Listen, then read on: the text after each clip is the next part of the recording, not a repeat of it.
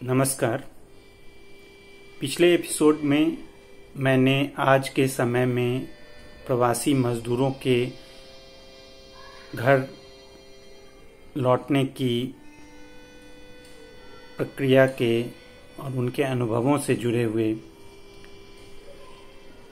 मृत्यु और भूख से संबंधित 3 दृश्यों की बात की थी, उनकी तरफ इशारा किया था। और उस एपिसोड में हम महज एक दृश्य की बात जो मृत्यु से और मृत्यु की गरिमा या फिर कहें तो मृत्यु की गरिमा के अभाव की बात की थी। और उसी सिलसिले को आगे बढ़ाते हुए आज मैं बात करना चाहता हूँ भूख की। इस संदर्भ को आगे बढ़ाते हुए इस व्यापक सवाल से जूझते हुए कि यदि दृश्य संस्कृति के परिप्रेक्ष्य में उस खांचे से हम भूख के सवाल की तरफ लौटें तो किस तरह के हमारे मन में सवाल उठते हैं। आज इसी कड़ी में मेरा सवाल है कि भूख और प्यास का चेहरा कैसा होता है।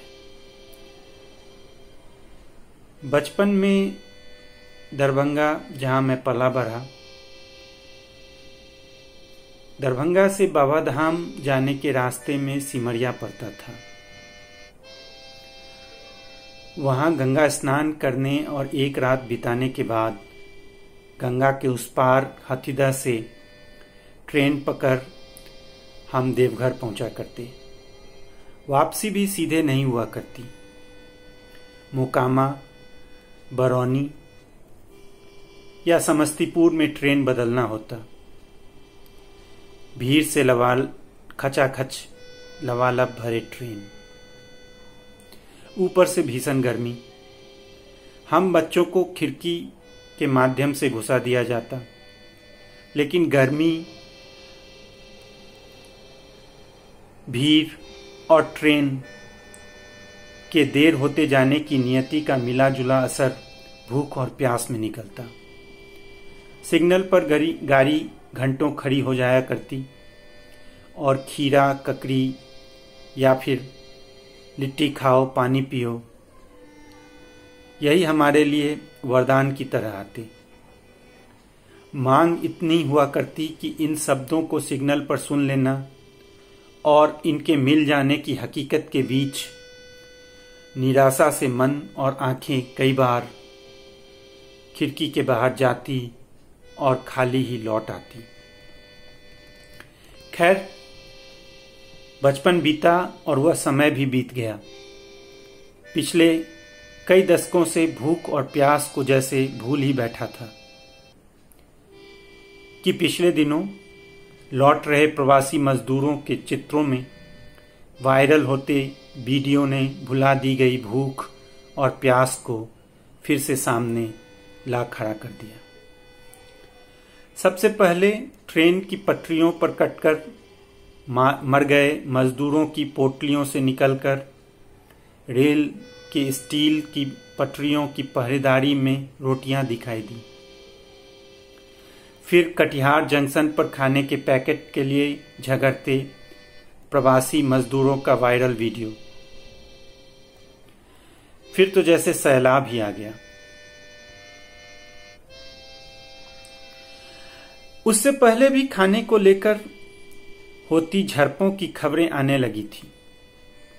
दिल्ली में प्रवासी मजदूरों के शेल्टर होम में आग लगने की खबर, यमुना किनारे निगम बोध घाट के शमशान के निकट मृत शरीर के साथ मृत आत्मा के लिए छोड़ दी गई केले को चुनते प्रवासियों की तस्वीरें और राशन की लंबी कतारों में इंतजार करती पथराई आंखें। अभी कल परसों ही इटारसी स्टेशन पर खाने के पैकेट को लेकर मचे भगदड़ का दृश्य। सभी कुछ सामने ही तो है। रेणु के कथा रिपोर्टर्स हड्डियों का पुल से टहलू मुसहर की पुतोहू भगिया का चेहरा निकलकर सामने आ जाता है। रेणु लिखते हैं, पुल से 2 मील उत्तर एक चौर में कर्मी और शाहरुख खोजने वाले भूखों की जमात ने आंखों पर उंगलियों का सेट डालकर देखा। ठीक वैसा ही विशाल लाल काली माई की जीभ की तरह लाल। तो ये रेणु के शब्द थे। फणीश्वर नाथ रेणु 1940 के दशक के अंतिम सालों में लिख रहे थे। नहीं, ऐसा नहीं, कतई नहीं कि भूख और प्यास हमारे बीच से गायब हो गया हो। यह हमेशा से साथ रहा। बस्तर और कालाहांडी की तस्वीरों और रपटों में हम मिलते रहे, भूख और प्यास से। फिर कभी न थमने वाला किसानों की आत्महत्या का सिलसिला। लेकिन यहां भूख से अधिक कर्ज के बोझ से दमित किसान और उनकी लाचारी ही दिखती रही, कुछ कुछ मदर इंडिया सिनेमा से निकलकर आती तस्वीरों की तरह। पर इन सभी तस्वीरों में भूख, आपदा और गरीबी के साथ जुड़कर आती रही। पहली दफा प्रवासी मजदूरों के साथ भूख ने इस कदर तालमेल बैठाया हो, ऐसा लगता है इन वायरल वीडियो में आजकल। इससे पहले भूख भूमिहीन कृषि मजदूरों के माइग्रेंट के लेवल के साथ हमें शहरों में लापटकता रहा था। लेकिन एक दफा प्रवासी बन जाने के बाद भूख जैसे उन तस्वीरों से गायब ही हो जाता था। हम श्रम की महत्ता की बात करने लग जाते। तस्वीर आपको कई दिशाओं में ले जाते हैं, कुछ कुछ कविताओं की तरह।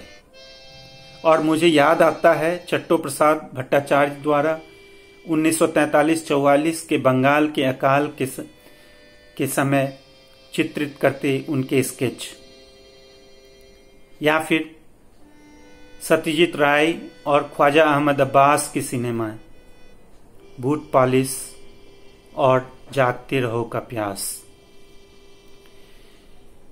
नहीं, यह हिंदुस्तान को देखने के उस साम्राज्यवादी या प्राच्यवादी नजरिए से बिल्कुल उलट था, जिसमें हिंदुस्तान को गरीबी, पिछड़ेपन और भूख से त्रस्त ही दिखाया जाता रहा था, या जहां महज राजा मिलते या फिर रंक मिलते।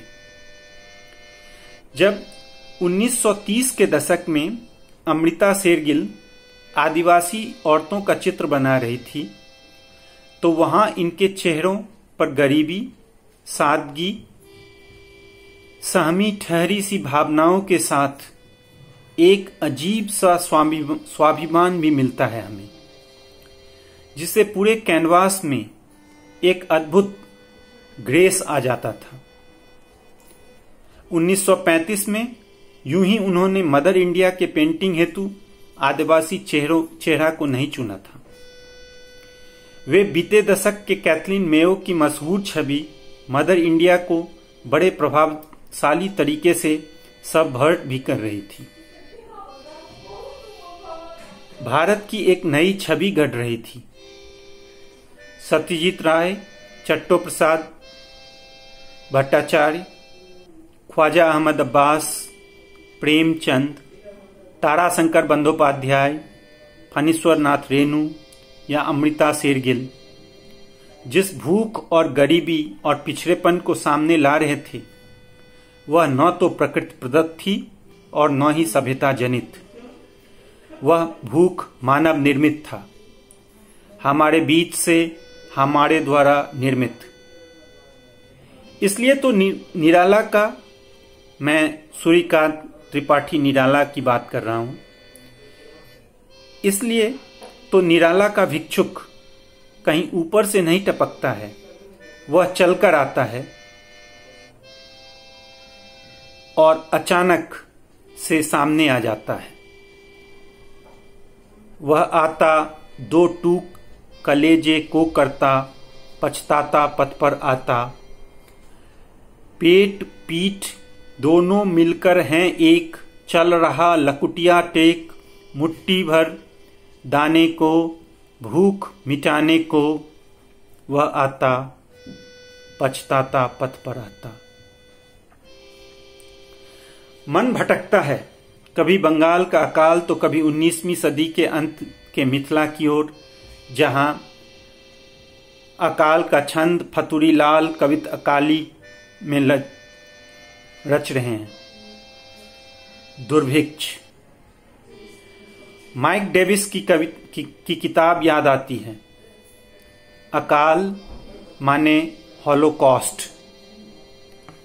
वहां तो लेकिन जनसंहार साम्राज्यवादी है। विभाजन के दौरान भी तकरीबन 15 मिलियन लोग घर से बेघर हुए।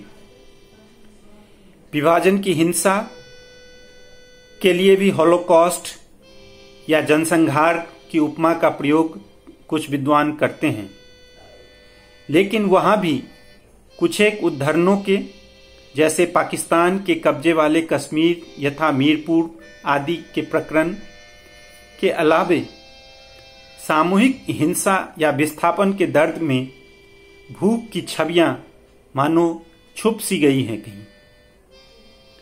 एक कारण पंजाब और बंगाल दोनों ही जगहों की खास भौगोलिकता भी रही हो।